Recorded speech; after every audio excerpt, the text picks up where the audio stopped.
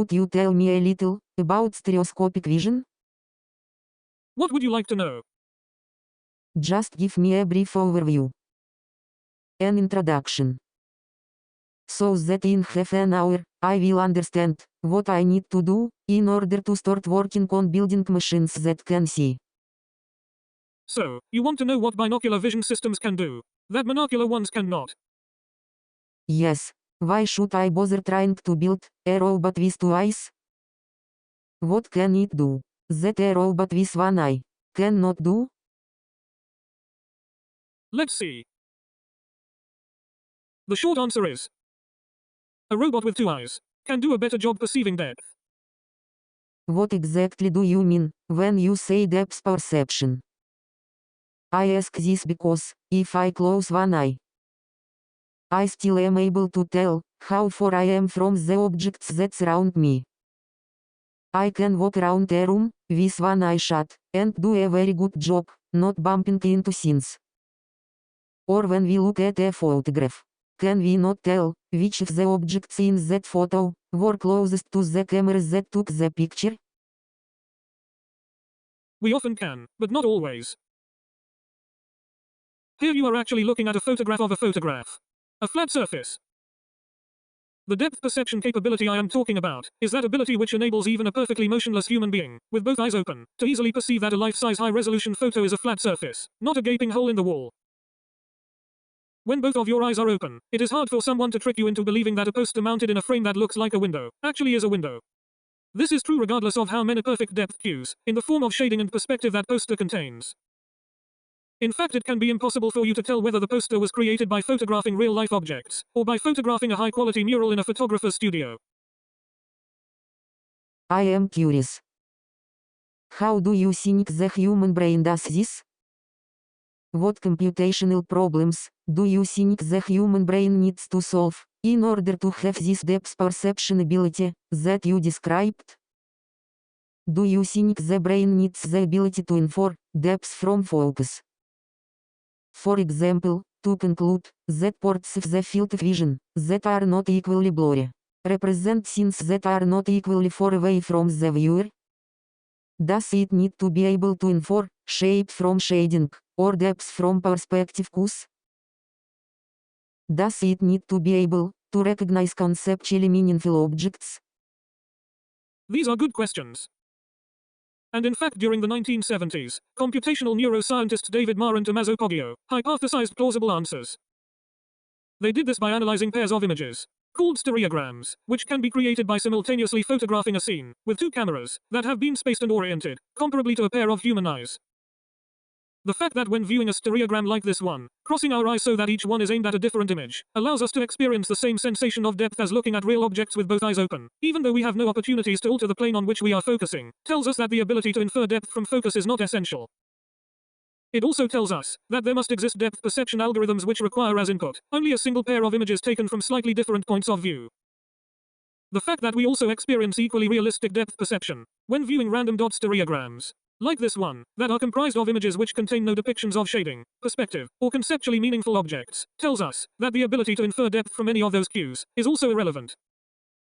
Marr and Poggio hypothesized that it should be possible to implement binocular depth perception without using any of these cues by solving what is known as the stereoscopic correspondence problem, namely, given any two images of the same scene, taken from different points of view, for each pixel in one image, find the pixel in the other image that corresponds to it, in the sense that both pixels were created by photons that originated from the same location, on a visible surface in the space surrounding the cameras that captured the images.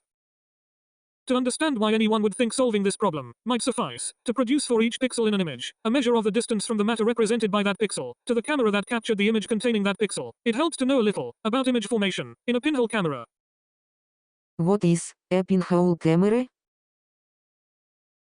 The easiest way for me to answer that is to tell you how to build one.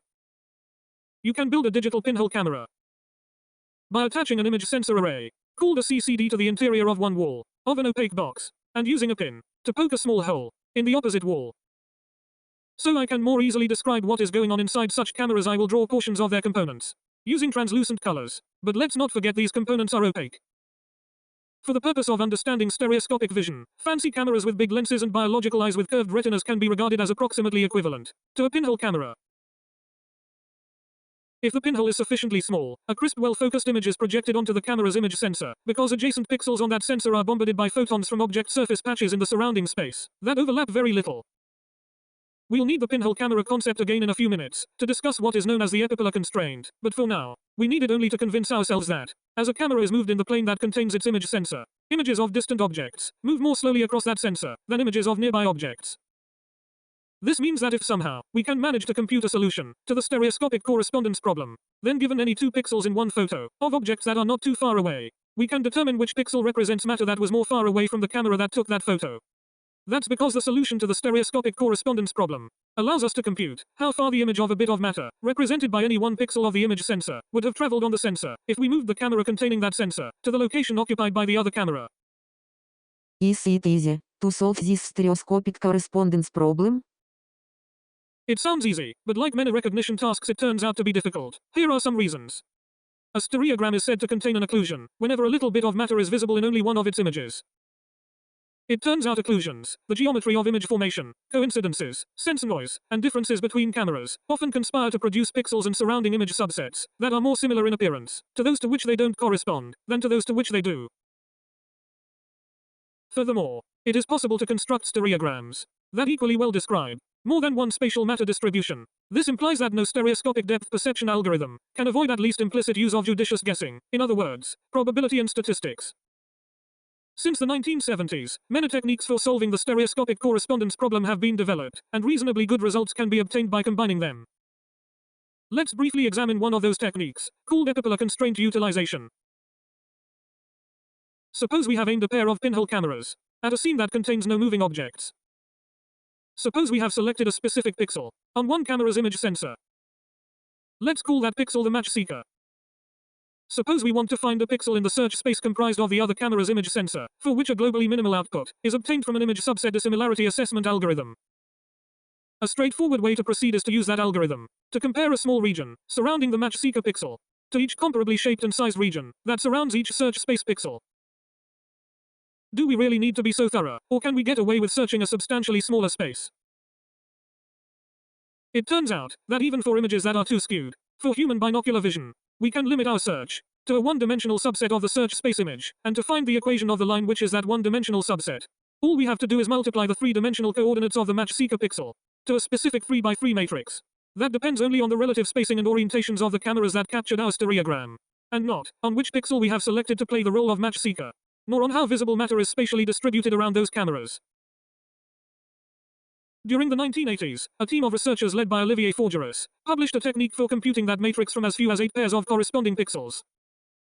I will now use a pair of pinhole cameras to explain why it's true that for any pixel on one camera's image sensor, for which due to absence of occlusions it is possible to find the corresponding pixel on the other camera's image sensor, that match is guaranteed to lie in a one-dimensional subset of that other camera's image sensor. Each match seeker pixel is an image of a small patch of opaque or translucent matter, located somewhere in the space surrounding the cameras. Could that matter have been located anywhere? The answer is no. The set of all locations in the space surrounding the cameras that could have emitted the photons that collided with a match seeker pixel is guaranteed to be located on a line that passes through the match seeker pixel and the camera's pinhole. Let's call the locations on this line the photon emitter candidates. The trajectories of all photons that could originate from a photon emitter candidate and illuminate a pixel on the search space image sensor array have to pass through the search space camera's pinhole, and hence they all have to lie in the same plane, which by the way is called an epipolar plane. The intersection of that plane with the image sensor is a line called an epipolar line, and so my explanation is complete. The epipolar constraint is merely the observation that in order to correspond to a match seeker pixel, a search space pixel has to be located somewhere on the epipolar line, computed from that match seeker pixel, using that matrix multiplication I described before. It's useful to visualize the set of all epipolar planes pertaining to any pair of pinhole cameras as being similar in appearance to a Rolodex whose axle is the line segment that connects the camera pinholes, and to visualize the set of all epipolar lines as intersections of that Rolodex's pages with the camera image sensor arrays. If the camera image sensors lie in the same plane, the epipolar lines are parallel. If the cameras are slightly verged, the epipolar lines cease to be parallel, but will not intersect. At least not on the image sensors. Let me conclude with a quick summary of the ideas we've explored during the last 10 minutes. We have compared binocular and monocular depth perception, and found the former to be more reliable, and less computationally demanding. We have seen that the pinhole camera concept, some basic geometric arguments, and a brief analysis of human stereogram perception, suggest that when designing the depth perception software components of binocular vision systems, we may want to focus on solving the stereoscopic correspondence problem, and that to do so we should not have to analyze more than 2 images, not have to infer depth from focus, shape from shading or perspective cues, nor should we have to recognize conceptually meaningful objects. Last but not least, we've identified epipolar constraint utilization as a useful technique for limiting computational expenditures and opportunities for error.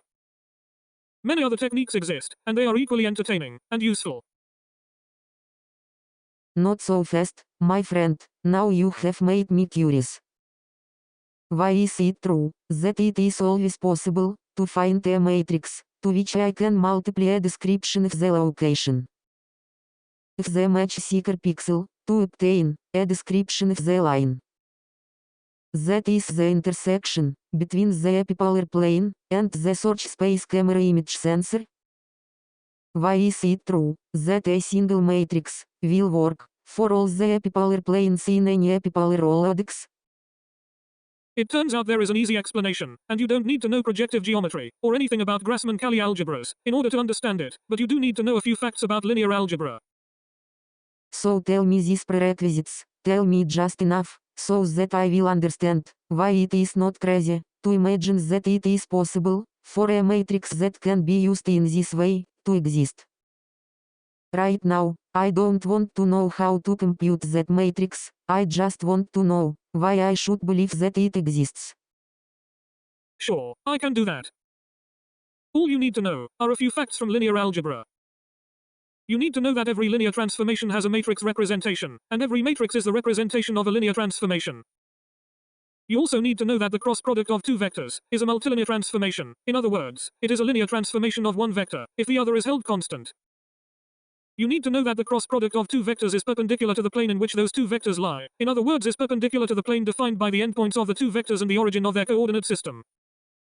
You need to know that if 2 vectors are perpendicular to each other, their dot product is 0. You need to know that compositions of linear transformations are linear transformations.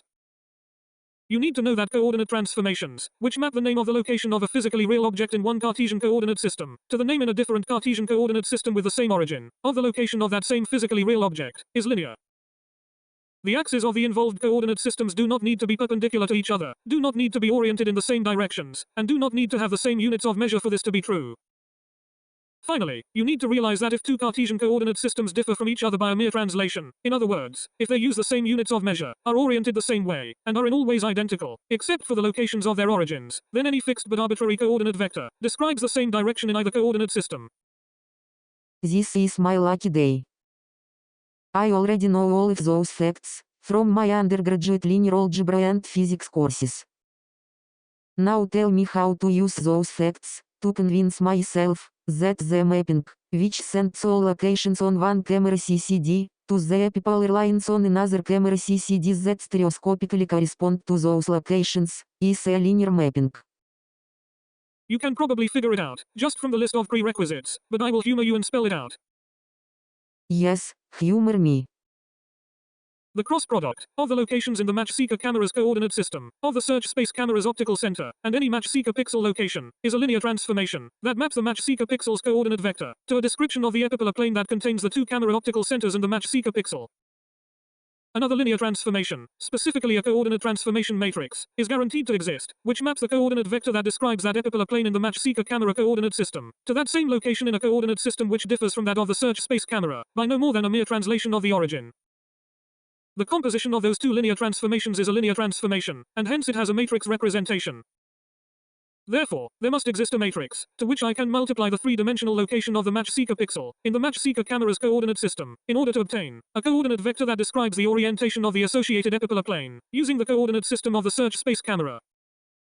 The dot product of that latter vector with any point on the epipolar line that is the intersection of that epipolar plane and the plane that contains the search space camera CCD, has to be 0, because those 2 vectors are perpendicular to each other. The assertion I just made about that dot product is nothing more than an equation that describes the epipolar line of interest. So, the key is that because the cross product is a multilinear transformation, the cross product of the vector that begins at one camera pinhole and ends at the other camera pinhole, and the vector that begins at one camera pinhole and ends at the pixel for which I need to find a match, is a linear transformation of that second vector, and is also a description of the epipolar plane that contains both the pixel for which I am trying to find a match and the epipolar line that corresponds to it. Now tell me short summary of how to compute that matrix. There are many ways to do it, that include least squares, and the singular value decomposition of a matrix, but the easiest technique to describe is basically this. Just find 9 pairs of pixels that stereoscopically correspond to each other, and for each such pair, notice that as we said before, the dot product of the location of a search space camera resident pixel, with the vector you obtain by multiplying the corresponding match seeker pixel to the fundamental matrix you are seeking, has to be 0. So, your 9 pairs of pixels that stereoscopically correspond to each other are all you need in order to write down a system of 9 linear equations in the 9 unknowns that together are the 3 by 3 matrix. That is the fundamental matrix of the epipolar geometry that you are seeking.